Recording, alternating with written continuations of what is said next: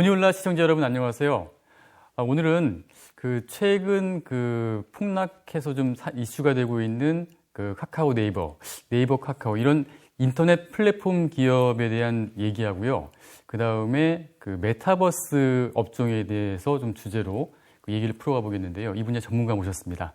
김현용 현대차 증권 수석 연구원님 나오셨습니다. 안녕하세요. 네, 안녕하십니까. 네.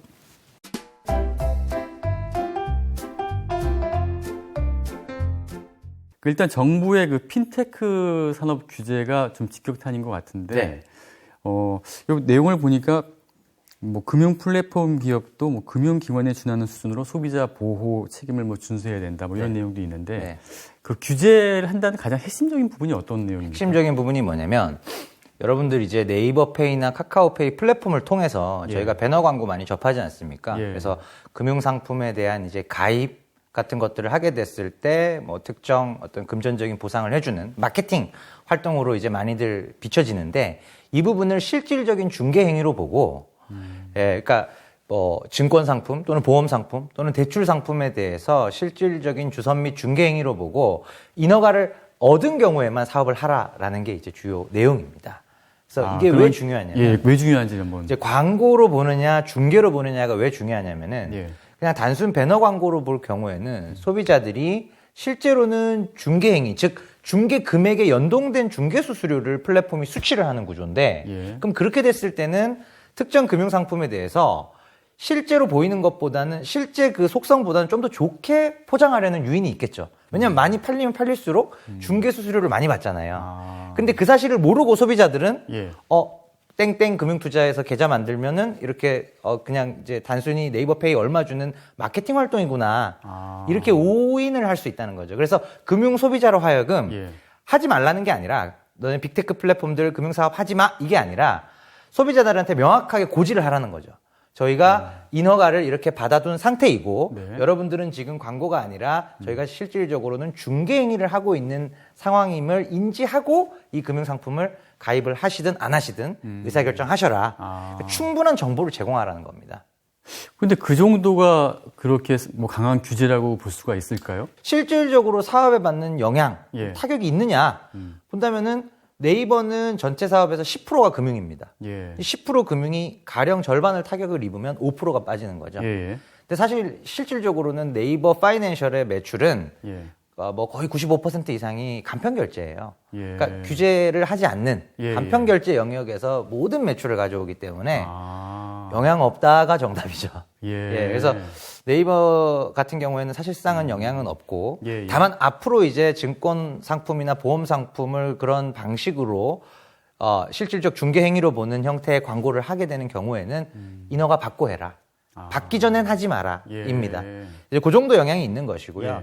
카카오 같은 경우에는 지금 카카오페이 산하에 이제 카카오페이 증권 같은 이제 증권업 자회사를 비롯해서 증권, 보험, 대출의 주선 및 중개에 대한 인허가를 다 받아놨습니다, 이미. 근데 이제 카카오페이 플랫폼 상에서 금융 소비자들이 훨씬 더 명확하게 인지할 수 있게끔 인허가를 받았으며 지금 중개 행위를 하고 있다는 걸 명확하게 밝히라는 거죠. 그래서 UI나 UX 같은 쪽에서의 개선, 명확한 어떤 가시성, 소비자 인지를 위한 그런 UI, UX의 개선이 있으면 사실은 사업 자체를 축소하거나 인허가 받기 전에는 이걸 라인업을 빼야 된다거나 그런 이슈는 아니거든요. 그러면 이제 그걸 시장 참여자들이 모르지 않을 텐데 왜 이렇게 많이 빠졌냐라고 생각을 하실 수 있는데 이제 여기서 보면 이제 좀 더 큰 그림에서 금융 쪽에서의 이런 규제 불씨가 시발점이 아니겠느냐.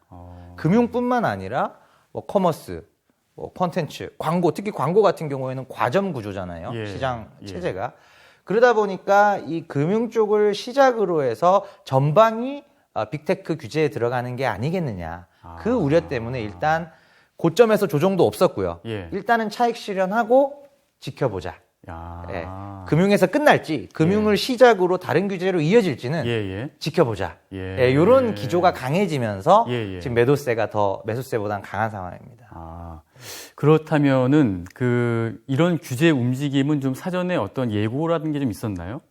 갑자기 터진 건가요, 이게? 그렇진 않습니다. 사실은 이 금융소비자 보호법, 금소법이라고 하는데요. 이 금소법 개정에 맞춰서 빅테크 기업들이 이미 올해 한 2, 3월부터, 연초부터 서서히 대비를 해오고 있었어요. 그래서 이제 자회사 인수도 하고, 인허가 준비를 하고, 금융사업을 확장하기 위한 그런 준비들을 차분하게 해오고 있었는데, 이제 최근에 보시면, 그럼 갑자기 왜 이 얘기가 나왔느냐? 배경을 추론해 보자면, 최근 뉴스 플로우들 중에 조금 이제 귀에 이렇게 딱딱 이제 잘 와닿는 뉴스들이 뭐였냐면은, 카카오 모빌리티 쪽에서 이제 뭐 택시 호출료를 급격하게 인상했다가 여론이 안 좋아지니까 내리고 또 카카오 채팅창 매일같이 들락날락하는 그 채팅창에 지금은 모바일 배너 광고만 띄워져 있는데 이거를 동영상 광고로 바꾸겠다라고 뉴스가 한번 나왔었죠. 그러면은 이제 어떤 정책 입안자들이나 또는 당국에서는 어떤 생각을 하냐면은 카카오톡 뭐 혁신성을 무기로 여기까지는 왔는데 너무 헤어샵이나 택시나 장복이나 이런 골목 상권들과 관련된 이슈들까지 너무 빅테크 쪽으로의 쏠림 현상이 과하게 일어나니까 그러면은 이제 그런 이제 모빌리티 서비스 분야 또는 이제 골목 상권과 첨예하게 대립하는 어떤 그런 산업 분야 그리고 금융 쪽까지도 이런 일반 소비자들을 보호하는 방향으로 정책들이 또는 규제들이 좀 이어지지 않겠느냐. 이게 연결이 돼 있는 거죠. 그래서 좀 무소불위의 카카오를 어느 정도는 좀 견제를 해야 될 필요성은 느끼는 것 같고요. 정책 입안자들이. 그런 부분에서 그 일환으로 이번에 이제 금융규제 얘기가 나온 것이 아닐까라고 개인적으로는 생각합니다. 그 카카오페이 같은 경우는 다음 달에 일단 상장 예정이 돼 있잖아요. 그렇다면은 그 부분도 좀 영향을 좀 미칠까요? 영향을 안 미칠 수는 없다고 보고 있고요. 어떤 측면에서? 제가 이렇게 쭉 말씀드린 부분을 종합해 보면 이미 증권, 보험, 대출 다 인허가가 있는데 실질적으로는 영향이 없는 거 아닙니까? 라고 당연히 물어보시겠죠. 실질적으로는 영향이 굉장히 제한적입니다. 근데 분명히 IPO라고 하는 것은 또 이 투자 심리의 함수거든요. 시장 참여자들 입장에서는 내가 이 카카오페이의 주식을 싸게 살 수 있는 어떤 기회가 온 거죠. 그러면 이제 그 수요 예측이라는 행위를 통해서 저희가 공모가 결정이 되는데 그 기관 투자자들의 수요 예측 시에 과연 카카오페이가 원하는 공모가 상단 9만 원 시가총액으로 보면은 이제 한 11조 7천억 정도의 거의 12조에 육박하는 시가총액이 공모가 상단이거든요. 과연 이 투자자들이, 기관 투자자들이 수요 예측에 참여하는 상황에서 상단을 기꺼이 내가 받아가겠다라고 할지 아니면 사실 이게 불확실성이 제일 큰 거잖아요. 여기서 방금 어제 나왔던 내용 정도의 규제에서 규제가 끝난다. 더 이상 하지 않겠다. 이렇게 얘기하면은 당연히 영향이 없을 텐데. 여기서 이제 추가적인 금융에서의 규제 또는 이제 금융 외적인 규제 이런 것들이 카카오페이는 물론 이제 금융 쪽 규제에만 해당이 되겠죠. 이런 부분들이 이제 심리에 영향을 미치고 이 부분은 분명 IPO의 변수, 중요한 돌발 변수가 지금 발생을 한 겁니다. 그 이미 상장한 카카오뱅크 같은 경우는 어떻게 좀 영향을 받을까요? 지금 이제 카카오뱅크 같은 경우에는 최근에 보시면은 이제 마통 한도 같은 것들을 정부의 규제 가이드라인보다도 더 줄여서 3천만 원으로 이제 축소를 했죠. 그럼 결국은 이제 카카오뱅크가 상장 전 또는 상장할 때 투자자들이 열광했던 이유는 시중은행의, 기존 시중은행의 영역을 거침없이 잡아먹어 들어갈 거다. 그거에 대해서 고 밸류에이션을 줬던 건데, 거기서, 이렇게 좀 위축된 플레이가 나오는 거죠. 정부 가이드라인은 5천만 원인데 3천만 원. 대출 쪽에서의 그로스가 없으면 사실 그 예대 마진을 가져가기가 환경이 상대적으로 터프해지잖아요. 그런 상황에서 상장 초기 시점이다 보니까 15일, 1개월 지나면 지날수록 이제 락업 해제되는 물량들이 쏟아집니다. 그래서 이제 카카오뱅크 주가도 조금 눌려 있는 국면이라고 판단이 되고요. 그리고 이제 궁금한 게 이번에 보면은 특히 외국인들이 많이 팔았고 또 기관들도 상당히 매도에 좀 동참하는 분위기인데 그쪽은 나름대로 좀 정보가 있을 텐데도 왜 이렇게 많이 팔았을까요? 일단은 제가 보는 이제 그 가장 큰 이유는 고점에서 조정다운 조정이 없었기 때문입니다. 그러니까 지금 네이버 같은 경우에 46만 원 고점 대비 사실 어제 급락 전으로 보면 44만 원이었으니까 2만 원이면 5%도 안 되죠. 그냥 최고점에 계속 머물러 있는 주가가 옆으로 이렇게 횡보를 하고 있었던 찰나에 작은 악재에도 민감하게 반응을 한 것이죠. 예, 그래서 일단은 차익 실현하고 컨텐츠 쪽 좋은 건 알겠는데 나중에 이벤트가 발현될 때 사도 늦지 않다. 예. 그리고 또 지금 코스피의 전체 어떤 장의 색깔 자체가 뭐 가자 이런 분위기는 또 아니잖아요. 예, 그러다 보니까 일단은 외국인들도 또 네이버 같은 경우에 비중이 워낙 높다 보니까 일단은 좀 비중 줄이고 좀 관망세로 돌아선 게 아닌가 이렇게 판단이 됩니다. 그럼 이제 마지막으로 이제 정리하자면은 그 말씀해 주신 내용을 이렇게 종합을 해보니까 이번 이제 금융에 대한 규제로 끝나면은 괜찮은데 그게 다른 분야까지 확산될지 이거를 잘 지켜봐서 이제 계속 가지고 갈지 아니면 정리할지를 좀 판단하면 되겠군요. 맞습니다. 그게 가장 핵심적인 부분이고 또 이런 부분을 판단하는 데 있어서 굉장히 중요한 부분이 이게 뭐 골목상권, 로컬 규제 이런 데서 피해 가려면 결국은 밖에 나가서 싸우는 수밖에 없습니다.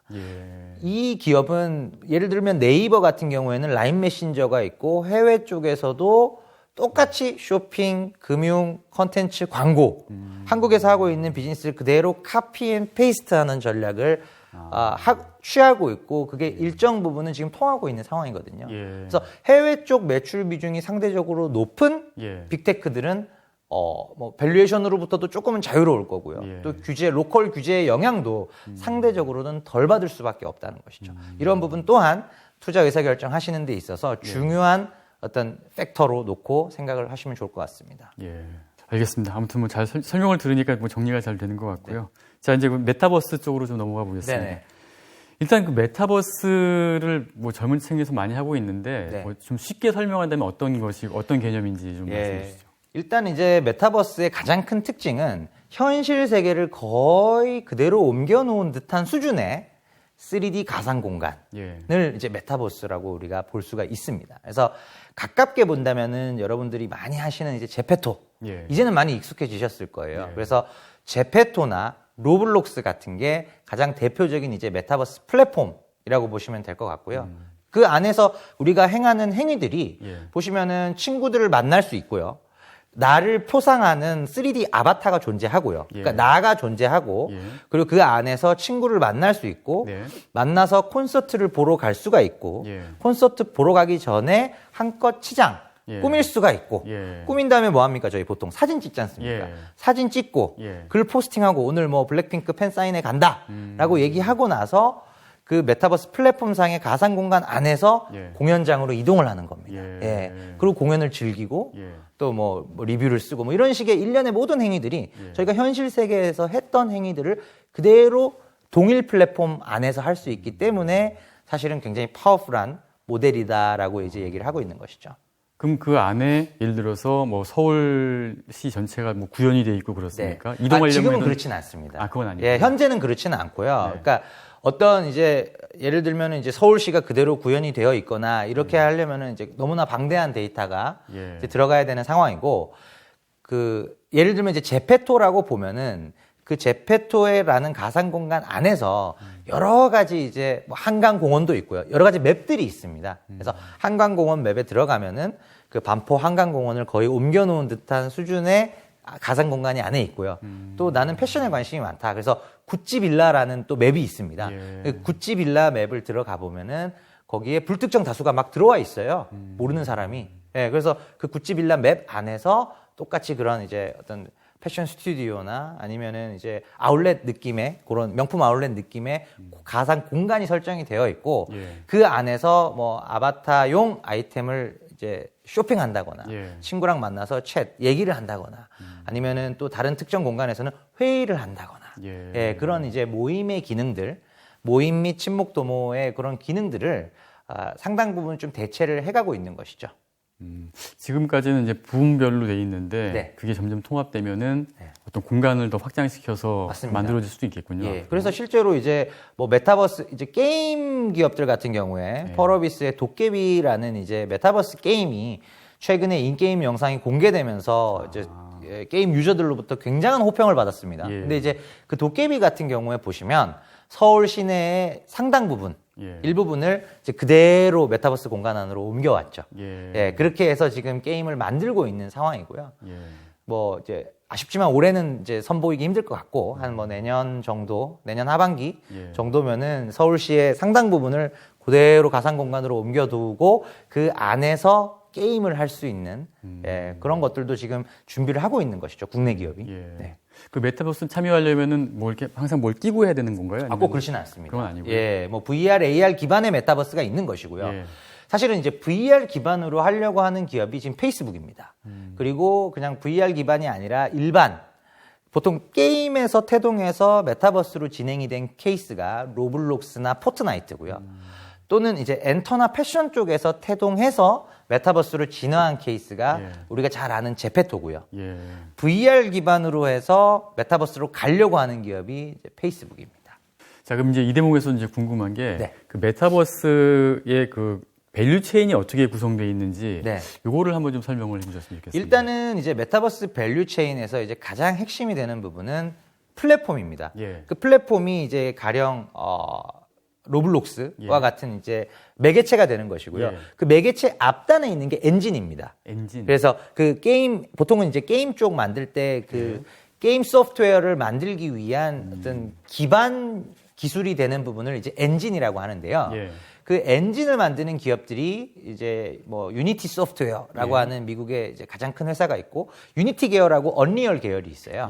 그래서 이제 유니티 소프트웨어는 독자적으로 게임은 안 하지만 그 앞단에 있는 뭐 로블록스나 포트나이트나 제페토나 이런 쪽으로 엔진을 공급하는 기업이고요.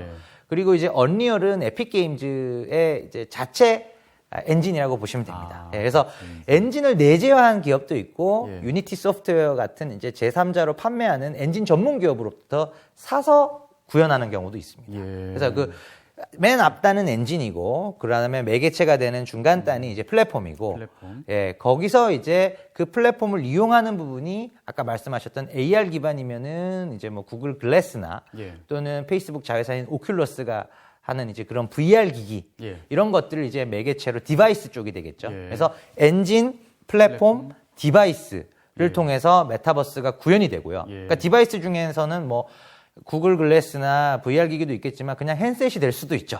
스마트폰을 통해서 그렇게 디바이스가 생겨나고 이제 이 일련의 메타버스 플랫폼 하에서 영향을 받는 산업군들이 생겨나는 거죠. 그래서 일단은 가장 직접적으로 본다면은 게임 산업, 게임 기업들, 그 다음에 또 엔터 산업들, 콘서트 얘기를 드렸지 않습니까? 그리고 모임에서 생각해 보시면 전시 컨벤션 기업들, 이런 기업들이 전반적으로 메타버스에 적응해서 살아남느냐, 아니면 서서히 도태되느냐, 어떤 그 갈림길에 굉장히 중요한 갈림길에 와 있고, 갈림길이군요. 그렇죠. 왜냐하면 그 갈림길을 만들어낸 왜 이렇게 갈림길이 빨리 왔느냐?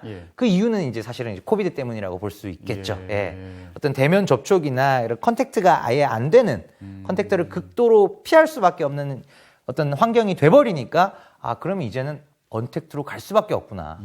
회의가 됐든 뭐 컨퍼런스 콜이 됐든 심지어 전시 컨벤션 또는 심하게는 또 그런 정치 운동, 투표 전에 그런 이제 정치 유세를 한다거나 또는 이제 뭐 미국 같은 경우에 뭐 흑인 인권 운동 이런 것들도 다 이제 메타버스 플랫폼 안에서 공론화를 시키고 그런 토크쇼들을 라이브로 메타버스 플랫폼 안에서 방영을 하고 거기서 피드백을 얻고 어떻게 보면 미래의 유권자들이 지금의 10대 초 중반 내지는 10대 후반 뭐 이런 분들이잖아요. 이제 그런 걸 이제 메타버스에서 공론화를 하고 있어요. 그래서 비단 딱 우리가 생각했을 때 게임 엔터는 확실히 영향이 크겠군요. 근데 그뿐만 아니라 사실은 그렇게까지도 정치적인 영역까지도 이제는 메타버스 쪽을 활용을 해야만 효과적이구나라는 것들을 이제 알게 되는 것이죠. 그럼 지금까지는 핵심 그 사용층이 뭐 10대, 20대라고 봐도 될까요? 거의 뭐 20대보다도 더 아래쪽입니다. 그래서 실제로 제페토 같은 경우에는 지금 이용자의 80% 정도가 10대고요.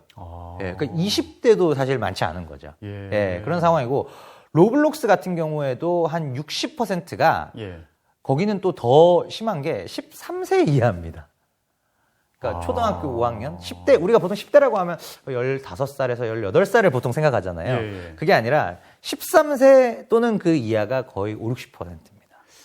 그런 어린 친구들이 왜 이렇게 열광을 하죠? 타겟층이 다른 거예요. 그러니까 로블록스는 사실은 그 샌드박스류의 게임에 특화가 되어 있기 때문에 그런 10대 중반 미만의 남성 유저층이 메인 이제 데모그래픽을 형성하고 있고요. 제페토 같은 경우에는 이 K-팝 패션 브랜드 기반으로 태동한 메타버스다 보니 주요 연령층이 10대긴 하지만 중후반 그리고 여성 위주의 유저층을 갖고 있습니다. 그런 부분들 때문에 생각해 보시면 지금 구찌나 디올 같은 소위 말하는 기라성 같은 이제 럭셔리 브랜드들이 로블록스나 포트나이트를 먼저 찾아가는 게 아니고 제페토로 먼저 옵니다.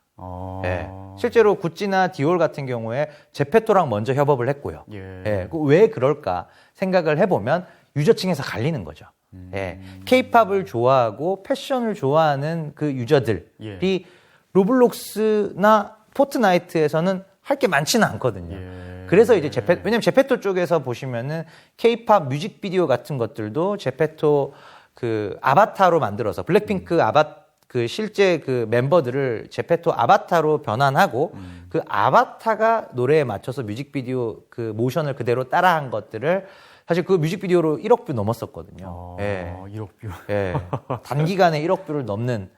그 정도로 이제 메타버스 플랫폼의 파급 효과가 있는 것이고, 사실은 저도 이제 나이가 있다 보니, 직관적으로는 이해가 안 됐어요. 그래서 제가 그 제페토를 아주 활발하게 활용하는 그 주요 사용층한테 제가 물어봤습니다. 블랙핑크 언니들의 그 콘서트가 있다. 예를 들어서 콘서트가 있으면 유튜브로 실사판을 보는 게 메타버스로 캐릭터라이즈드 된 걸 보는 것보다 훨씬 좋지 않냐. 그렇죠. 저도 그렇거든요. 근데 이제 그 10대 분들의 대답은 유튜브로 보는 거는 혼자 보는 느낌이다. 다만 메타버스로 볼 때는 같이 보는 느낌이 들기 때문에 본인은 메타버스를 더 선호한다라고 하더라고요. 다 같이 보는 느낌. 그래서 다 같이 만나서 뭐 이렇게 구찌 머리띠도 해주고 뭐 산 거 좀 자랑하고 인스타 똑같이 그 아바타끼리 사진을 찍습니다. 그런 게 제 얼굴은 나오지도 않는데 내 아바타랑 친구 아바타끼리 이렇게 사진을 찍어가지고 그거를 포스팅하고 이제 블랙핑크 언니들 팬 사인회 갔다 왔음. 뭐 이런 식으로 이제 그거를 서로 피드해주고 그거를 거기에 만족도가 굉장히 높더라고요. 그런 심리적이 분명히 있을 것 같아요. 그러니까 그냥 혼자 보는 것보다 또 공연장에 가서 봤을 때 훨씬 더 즐겁고 같이 공유하는 그런 느낌이 맞습니다. 있듯이 이것도 그런 공유한다는 그런 그 맞습니다. 느낌 때문에 그 감정과 의견을 공유한다라는 느낌을 메타버스 플랫폼을 통해서는 이제 받을 수 있다는 거죠. 저 같은 이제 오프라인 세대는 오프라인에서 만나야 조금 더 교감이 되는 쪽인데 아무래도 이제 2000년대 훨씬 이후에 태어나신 분들은 그게 좀 다른 것 같아요, 많이. 그렇구나. 온라인 기반으로 애초에 이제 자라왔기 때문에 좀 많이 다른 것 같습니다. 로블록스 같은 회사가 그냥 초등학생 애들 게임하는 회사인데 이게 왜 50조나 주고 나는 도저히 못 사겠다. 이런 생각을 많이 하실 거예요. 근데 이제 우리가 생각해 봐야 되는 부분은 이미 로블록스는